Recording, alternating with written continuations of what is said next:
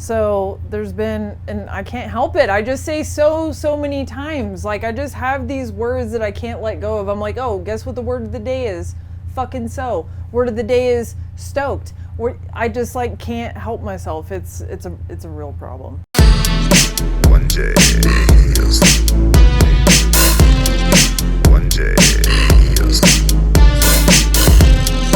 one day.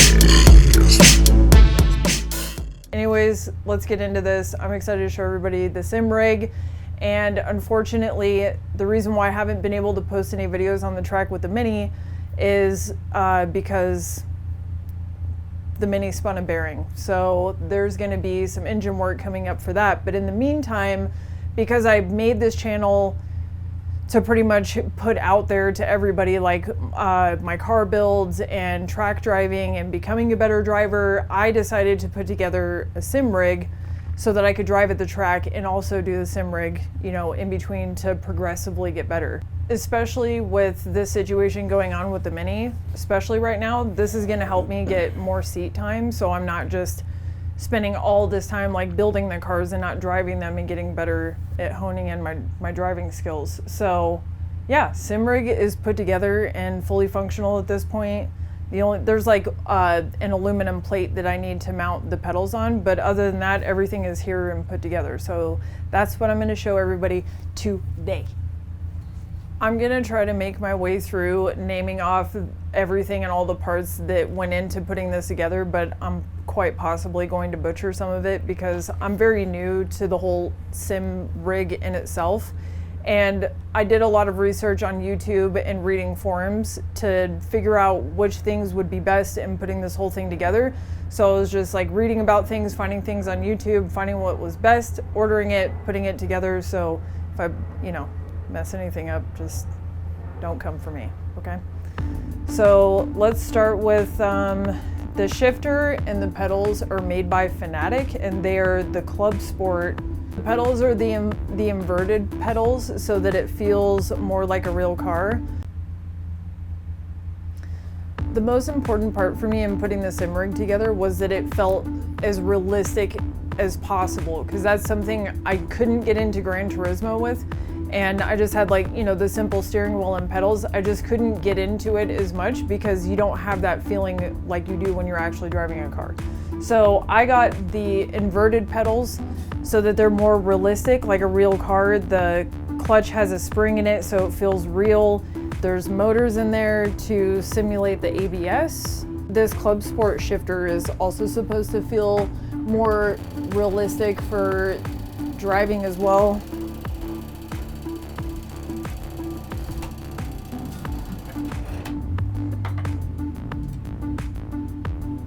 It's like the only super annoying thing is that if the car is off, it makes that terrible vibrating sound, which also is coming from the Buttkicker that's underneath. So, you know, even something as simple as like hitting like a bump on the track, like you feel it like a real car. It's crazy. So let's see, other parts to go over in putting this together. So this is the Accuforce V2 direct drive. I have like just a basic eBay steering wheel on there, which is awesome, except you have to wear gloves with it because it turns your hands black, which is fine, whatever. And then this extrusion, bought from a company online, and they basically cut all the pieces and send it, and you just basically put it together like a very large Connect, like, you know, those what are they called? Those things that kids build stuff with, the Connects. Erector set? What is it called? Erector set? Erector set. So it's like a very large erector set. And then I also got this button box to, I guess, make it more realistic, like you're sitting in a car and like starting it, and so that you can like use all the functions without having to use the keyboard, because that would just be really inconvenient. So this is really more for convenience, I guess. And then the Fanatec e-brake, which I was having some issues getting this to function the way that it's supposed to, but I think it's working now. And then the seat is just a generic NRG racing seat that I bought offline, cheap seat.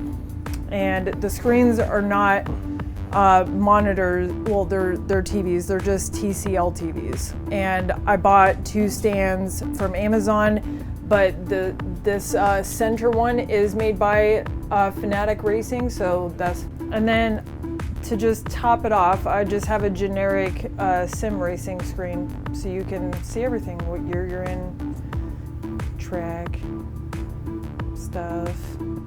It shows you your brake pressure, Tire temperature. temperature, a lot of stuff.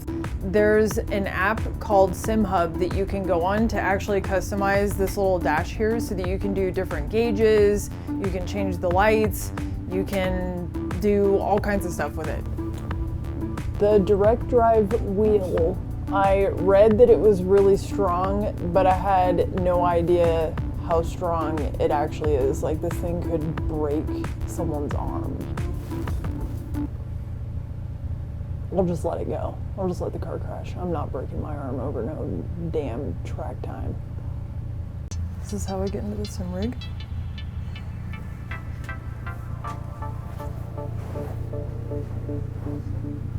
Oh, and the seat on this is adjustable too, so that you can share with your friends. I definitely much more prefer wearing shoes with this because the pedals are really realistic and you have to like really put pressure on the brake and stuff like that, so it'll hurt the shit out of your feet and you're just not going to drive as well without shoes. So I feel like as close to real life as you can get driving a car in a game.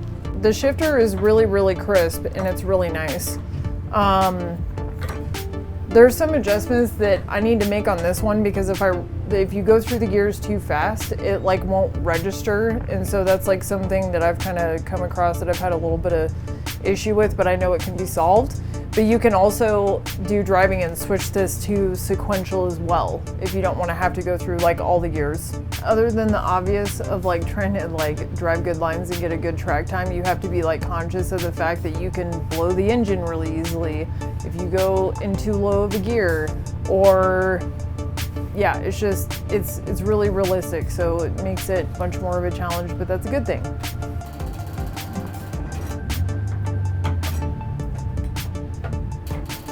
Yeah, I haven't been down here in a while. You're not driving the SC, Katie. What? I said it's not the SC.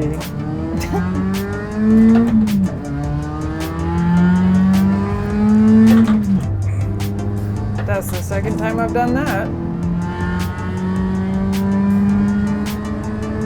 It's a second gear corner.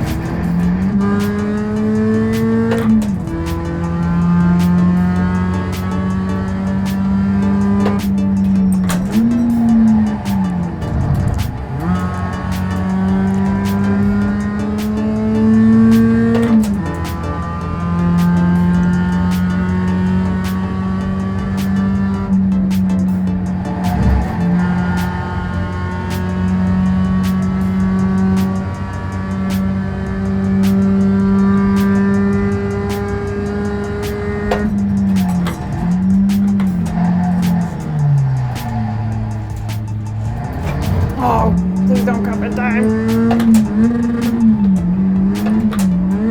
Oh, I hate you.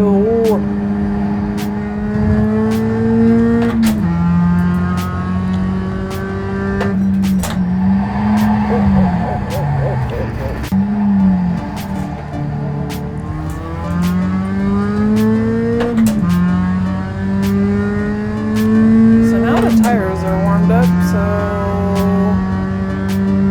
better. Stupid thing with the going into the gears too fast really pisses me off.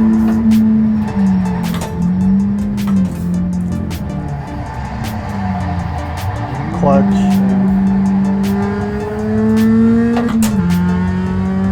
Fuck.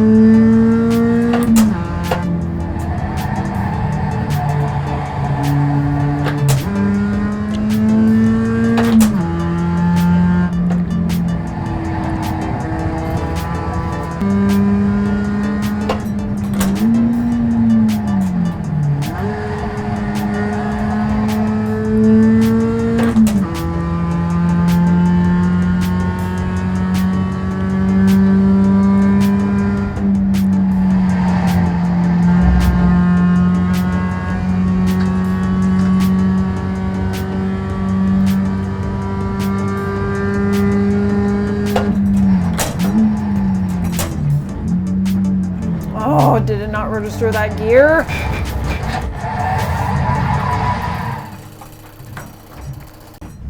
Well, anyways, that's pretty much the rig. You get kind of a gist of what it's like. I'm still practicing. I actually haven't been down here in a few days, and I'm definitely feeling that time of not being down here and driving, because I'm like rusty on like my heel toe and everything.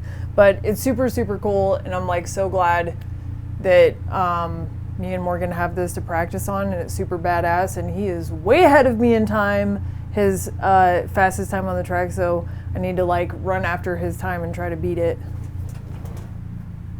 What? What'd I do? Oh, you're You be driving fast. we driving fast? I think it said I can drive this car better than drive mine. I think it's that like not having the fear of crashing your car, so you just go balls out and Yeah, well, this has got better suspension on it and better tires. yeah. Nobody tells me what to do. I just wanted to show everybody the sim rig real quick, so there you go. That's the sim rig. Hope you enjoyed it. Thank you for watching. Like and subscribe. One day.